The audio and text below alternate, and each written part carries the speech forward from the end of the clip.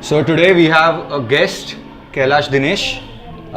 He's a public speaker. Basically, he has won various. He has multiple achievements. He's won elocutions. He has won various debates. He has also won the Mumbai Youth Festival in English Elocution.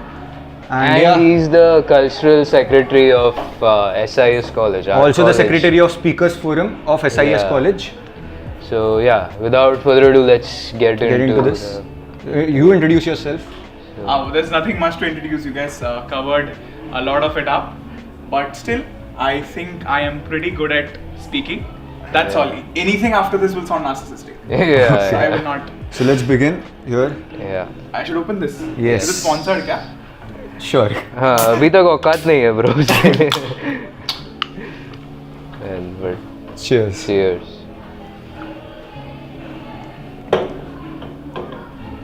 So tell us about your public speaking. How did it start? It started when I was very young.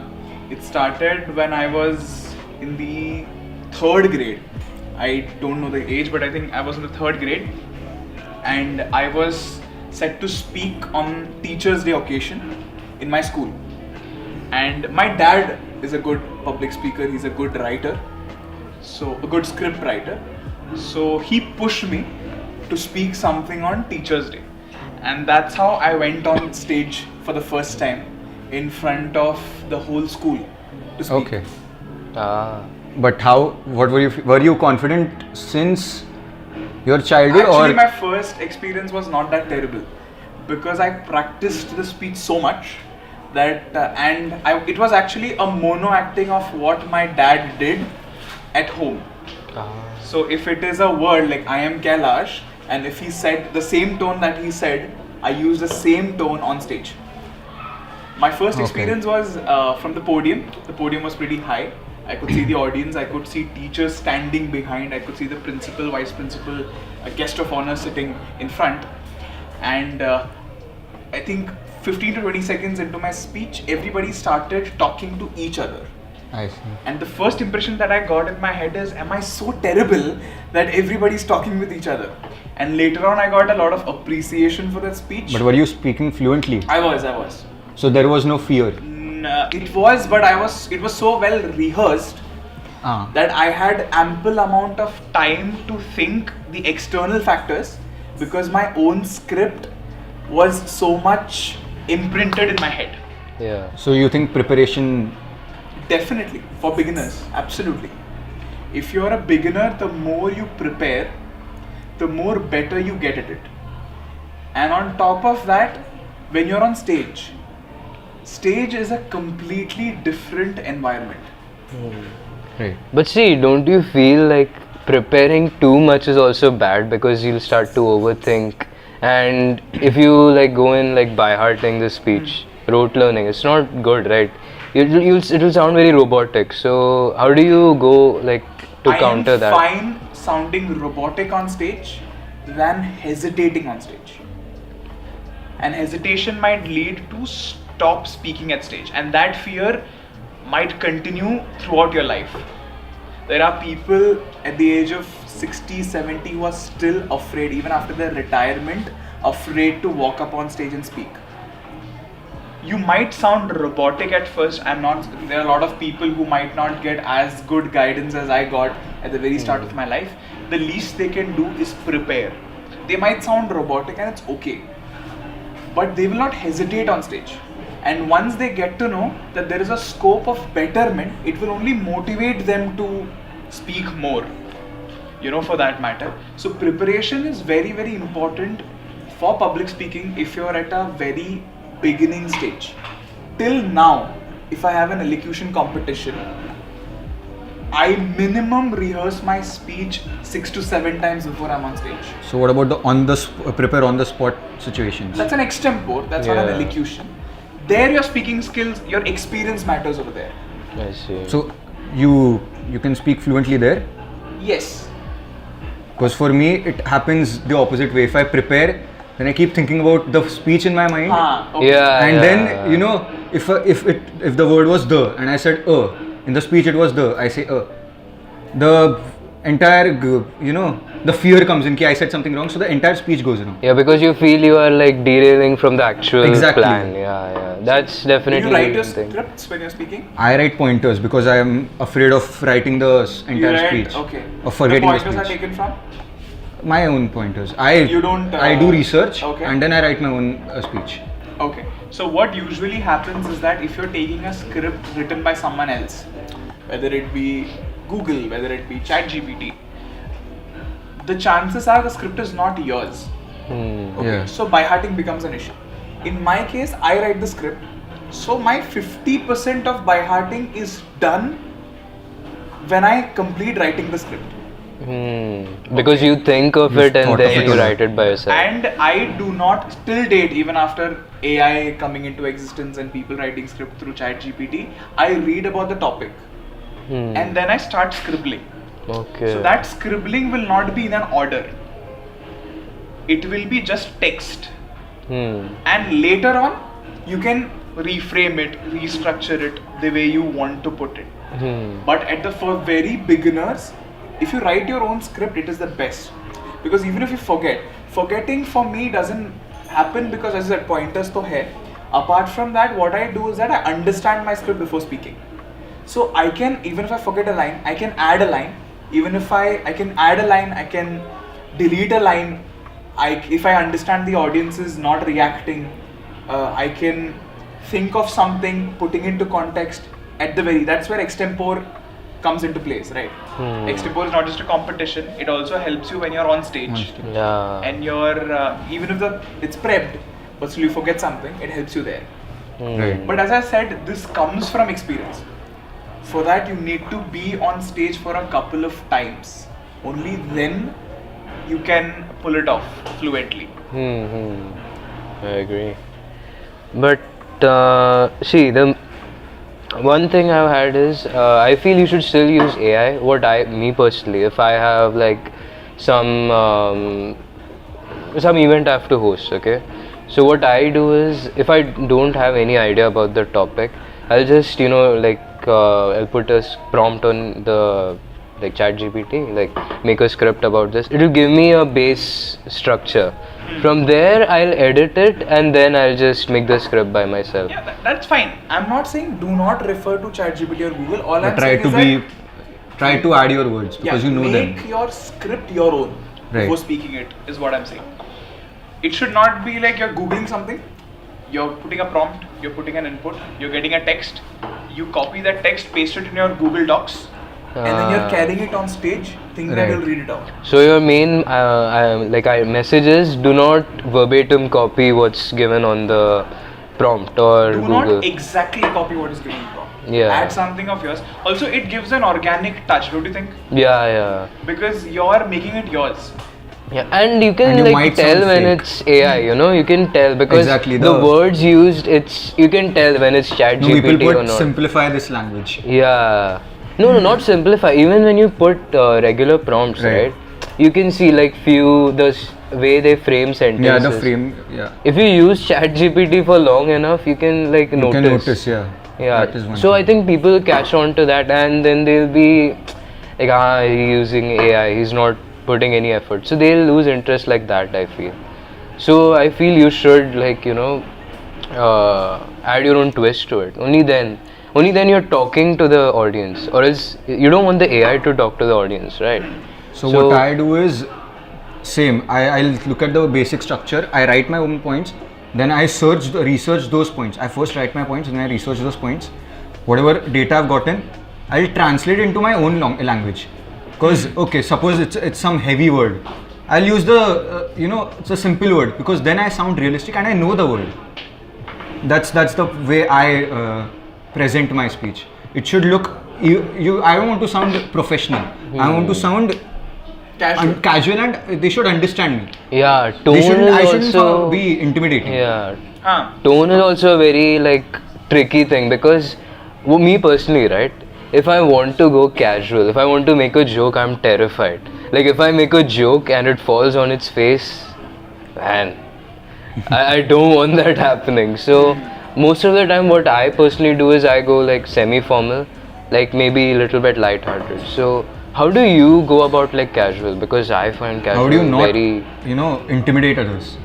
no In a regular conversation or on stage? no On on stage. stage on stage. So on stage, usually what happens is you are speaking for a specific event and you know what the event is about. Right.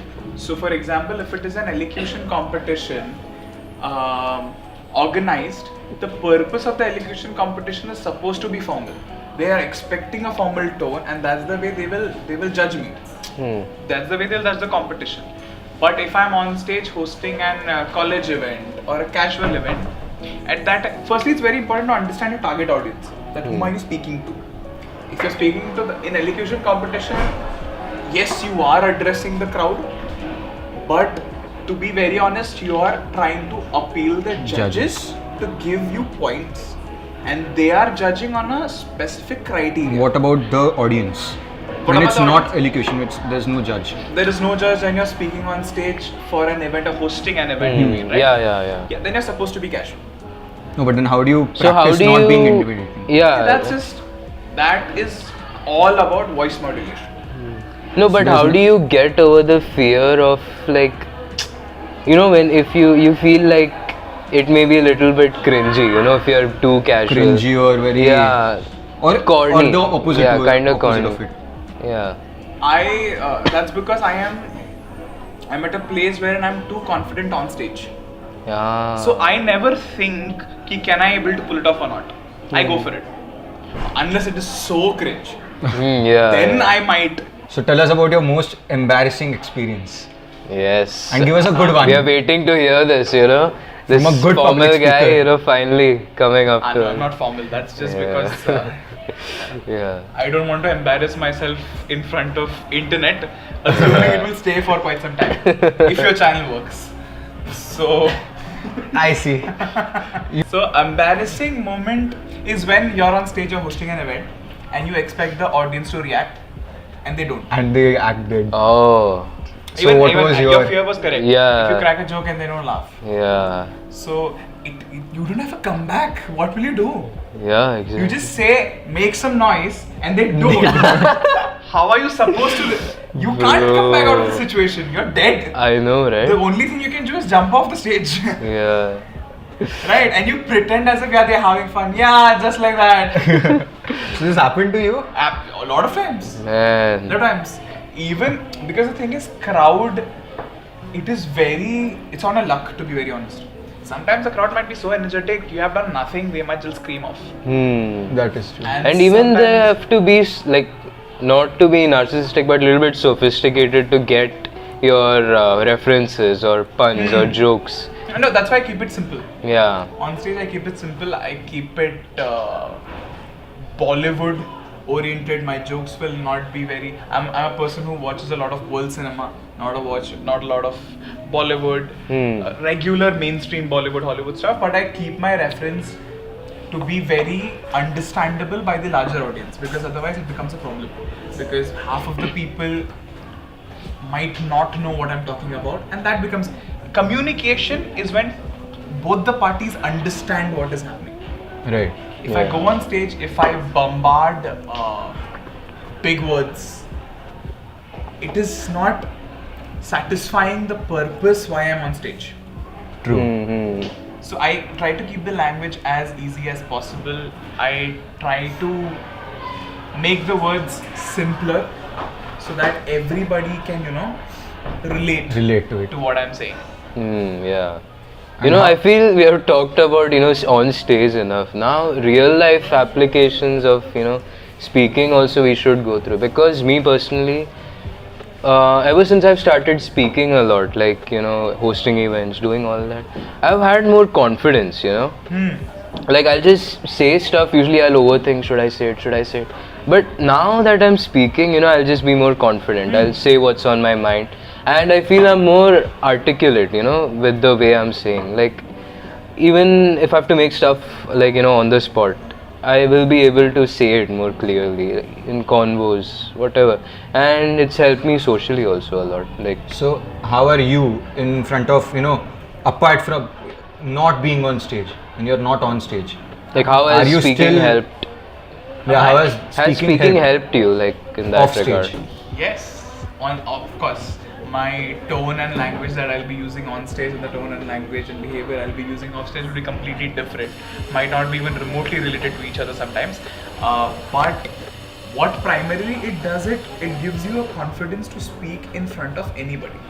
You won't get intimidated by a person even if he says some things that you're not aware of. Yeah. True. So you can frame your own answers. No, without even if it knowing is a the- normal conversation and you want to disagree, you know how to disagree politely. Right. You won't get nervous speaking to a person. Yeah. So it comes naturally after It a comes point. naturally after a point, after you're on stage, and most importantly, it gives you confidence. Yeah. And Intimidation, I definitely agree, because before, I was kind of introverted, secluded guy, and after I, got into this, I started speaking more, like, especially right now to the Right now in camera. front of the camera. So before I used to get intimidated by like very attractive people who were confident speaking. Whatever they say, I just nod my head and agree, yeah, this happens. Yeah. This happens with me also. Because when Still I'm happens? speaking to, when I'm, no, as in not with me, when I'm speaking Right. with somebody and it is a person, sometimes when you're in a heat of the moment, when you're trying to get into an argument, Yeah. you shot your fires fast. And the other person is like, what just happened? What just hit me? Right. Yeah. That later on I realized it is not a debate competition. So the primary focus is not to win against somebody. In my regular conversation, I'm pretty. You guys know me. You guys Yeah, know yeah, me. I'm- sure. I never bombard you with words, technical jargons, or anything. Yeah. It's just a normal conversation that friends have, that families have. But one thing is that when you're confident, you become confident speaking to anybody. Yeah, I can. Whenever I've interacted with you, I've always seen that public speaker. Yeah. This guy knows what he's talking about. Yeah. Even if the That topic comes is. from confidence. Yeah. Even if I don't know, Yeah, exactly. you might think I know. Exactly. Yeah. Even if you blabber some nonsense, just the way you convey the, The message. convincing power. He sounds convincing. Exactly. He can, I mean- he can sell somebody in Antarctica ice. I'm telling you, he'd be a great salesman. that's what confidence does to you. Yeah, I know. Especially when you're in a call with a brand, because I am the chairperson of the company, Yeah, I have yeah. to deal with finance things, so sponsorships and stuff like that. When I'm in call with a brand, I always get this when 2-3 times I've seen the brands getting intimidated by I was me. about to Yeah. ask, do the brands, They do. they get scared? They do. And how I come to know they do is because after having a 3-4 minute conversation, they become like, okay, fine, not now, can we speak later? That's when I realize, oh, okay, I did intimidate them for a second. Does But that affect the deal though? No, it doesn't. In fact, Yeah. what happens is when I'm on a call with a brand, the brand is judging the college, the brand is judging the committee through the way I talk to him. Right. So he might not know what the college is about, he might not know what the committee is doing, but all he knows is this guy appears to be confident, So we can bet on it. Yeah. Yeah. There's some. He knows what This he's. confidence thing also, right? I think it stems from this also. Like, I don't mean stems. I mean it goes over to Instagram also. If you see the influencers, they say the most ridiculous stuff, but the confidence, they portray. So people just follow whatever they say. Like, I've seen that so much, especially like the Tate, like Wizard Liz, all that. They may say some outrageous garbage, but people still Buy it. follow them because it sounds so like It sounds real. articulate and well done. So definitely, I feel like.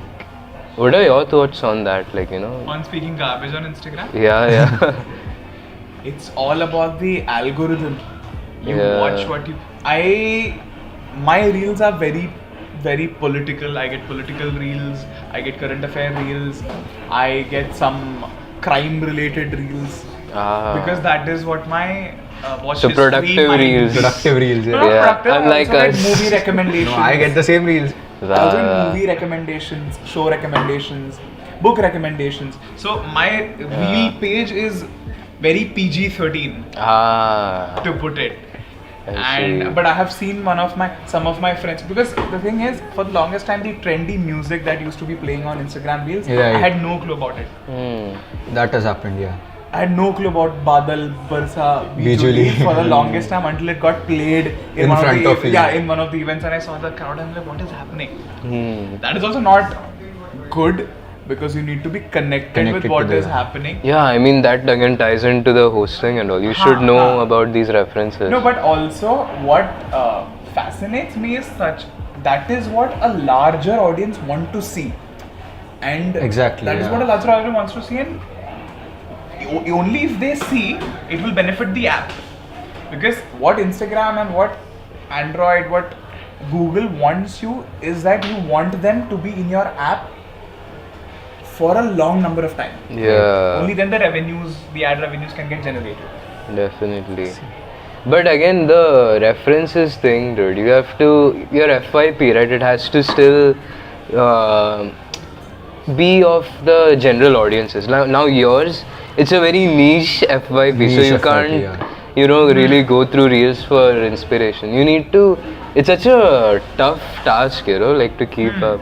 Even mine, like it's just shit posts, but like not proper shit posts, which I know I can keep references of. About 1 month back, my reels were full of these songs.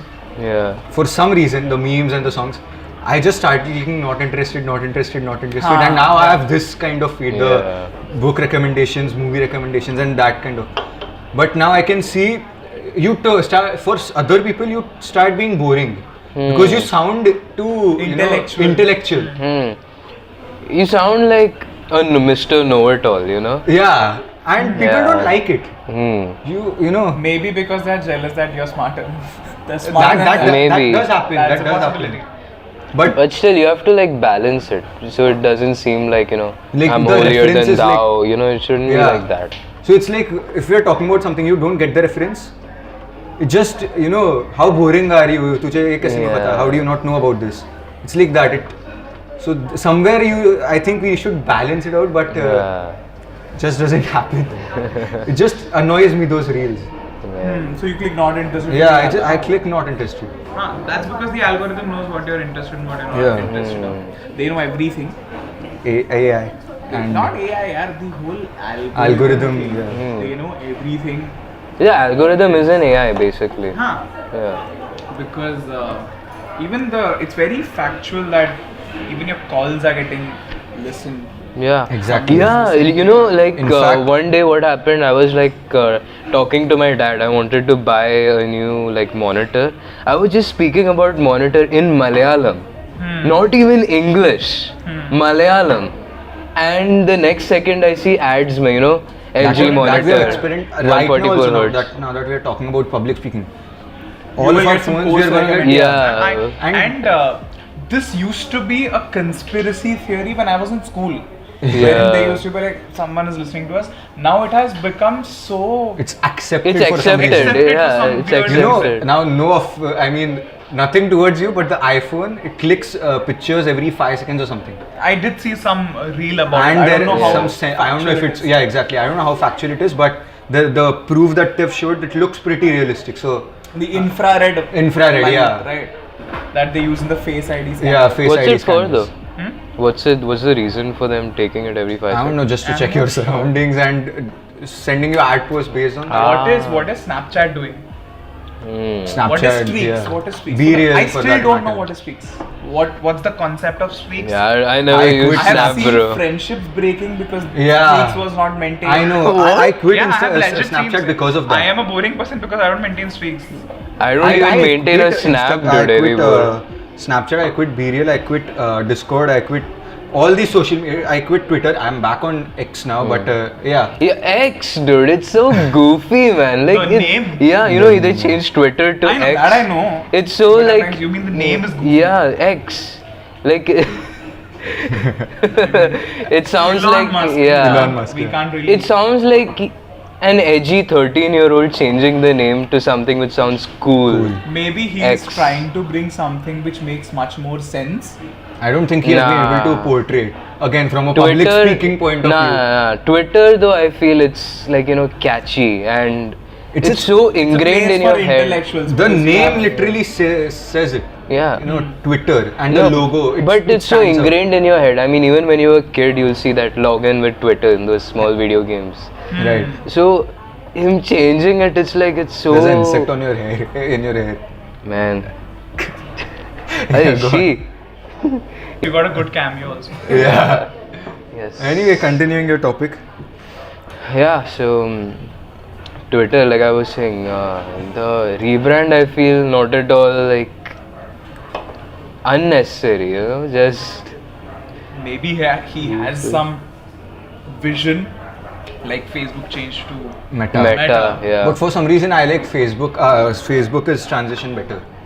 So speaking of Meta, we are Yeah. talking about Meta. So I think that's something catchy, you know, because they didn't change the parent they changed the parent organization. They didn't change the brand. yeah. Twitter is a brand.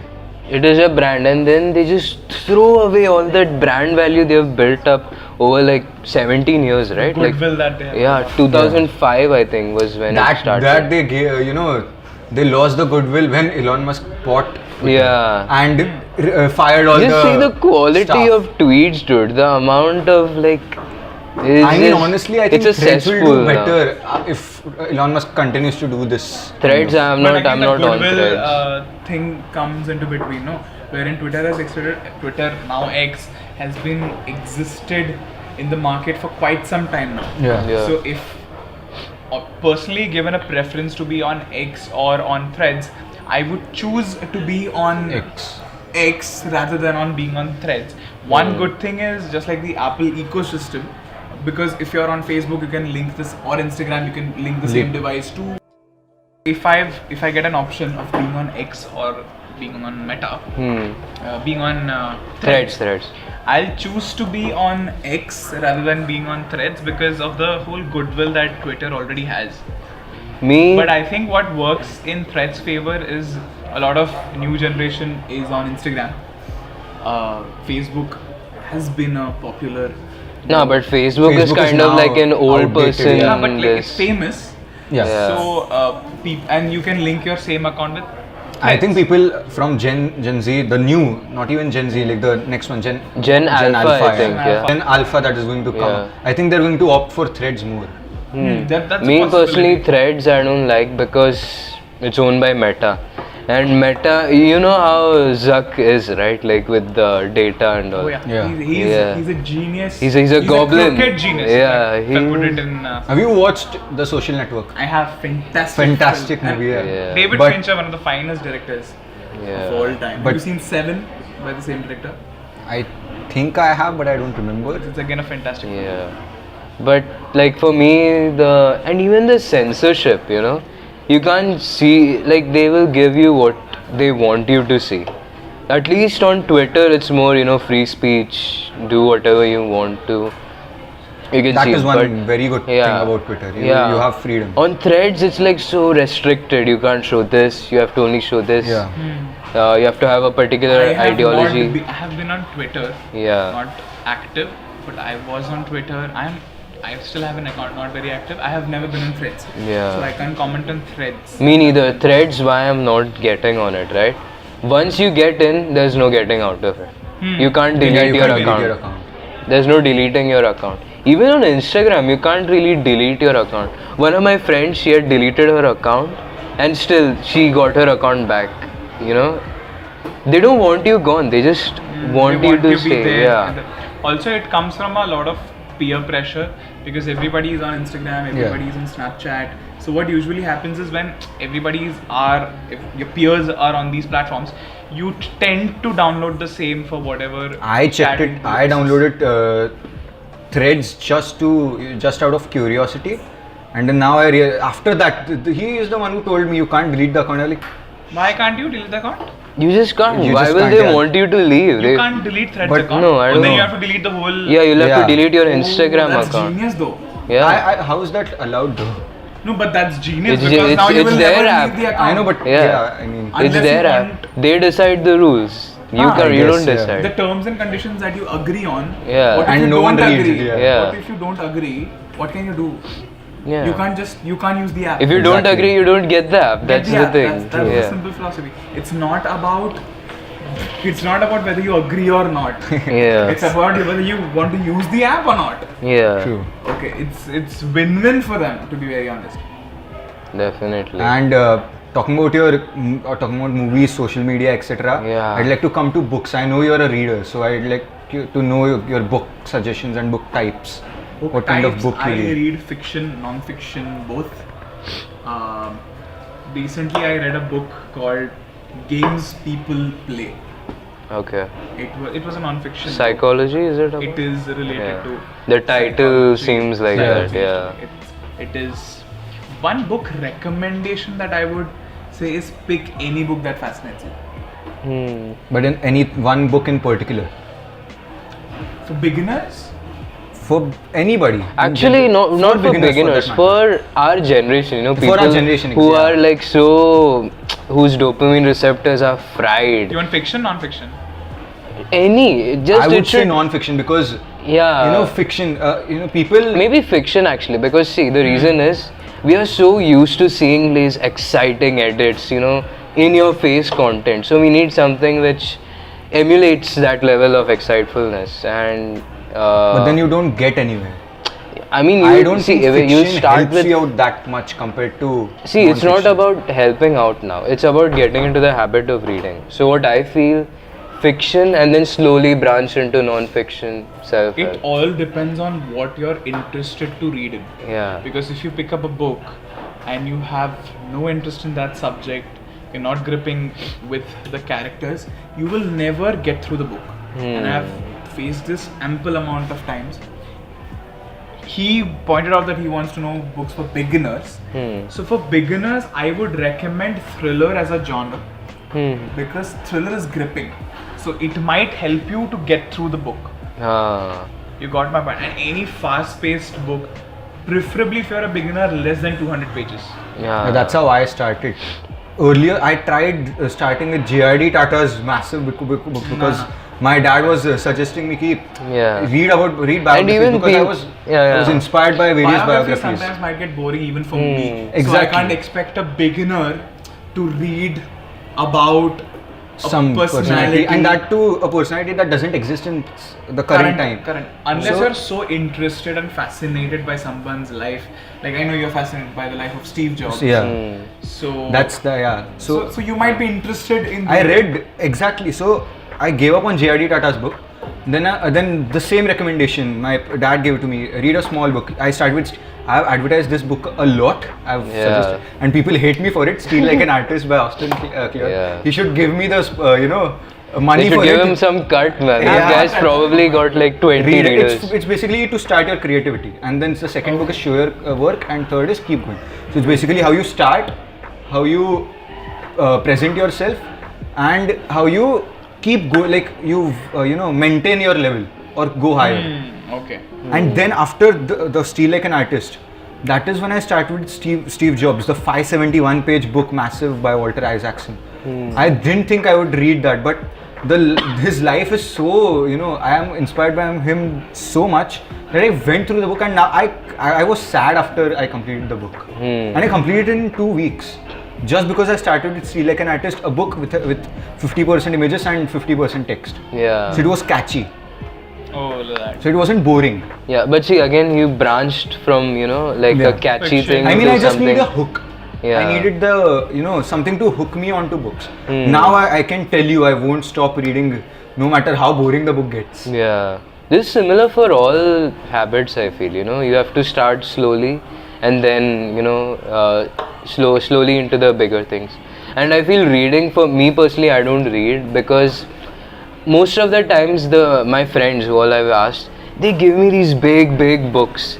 I just look through the pages and I'm like, nah, I can't do this. And You then have to select a book.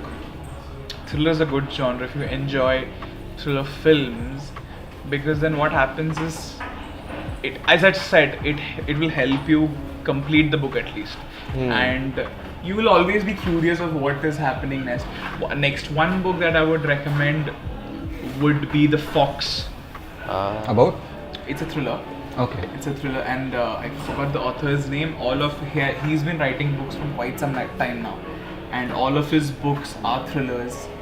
There are 2-3 heist books. There are 2-3 thriller books. This book is slow, but it's a fantastic mystery book. It's called Sharp Objects.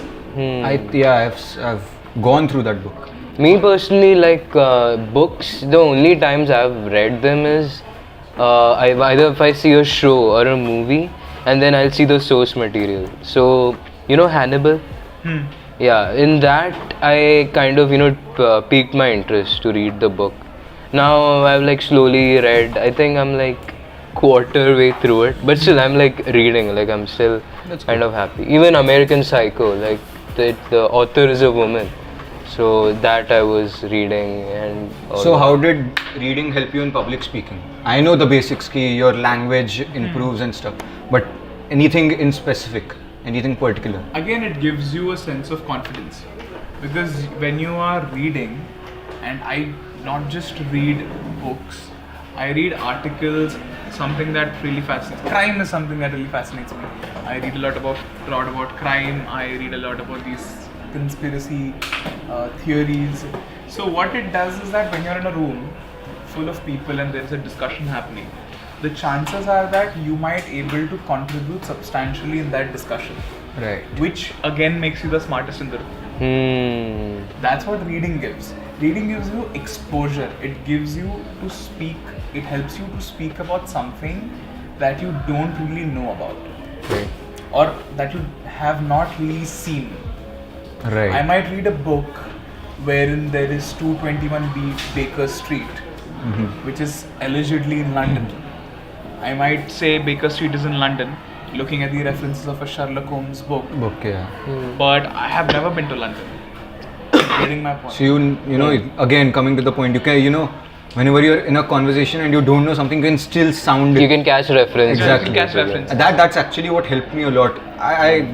Even if I don't know about the topic, just because I've read something or Yeah, some small word, snippets about it. Yeah, exactly. Those snippets, processed, I can speak about the topic fluently. Yeah. And sometimes it becomes the other person starts learning from you, and the engagement increases.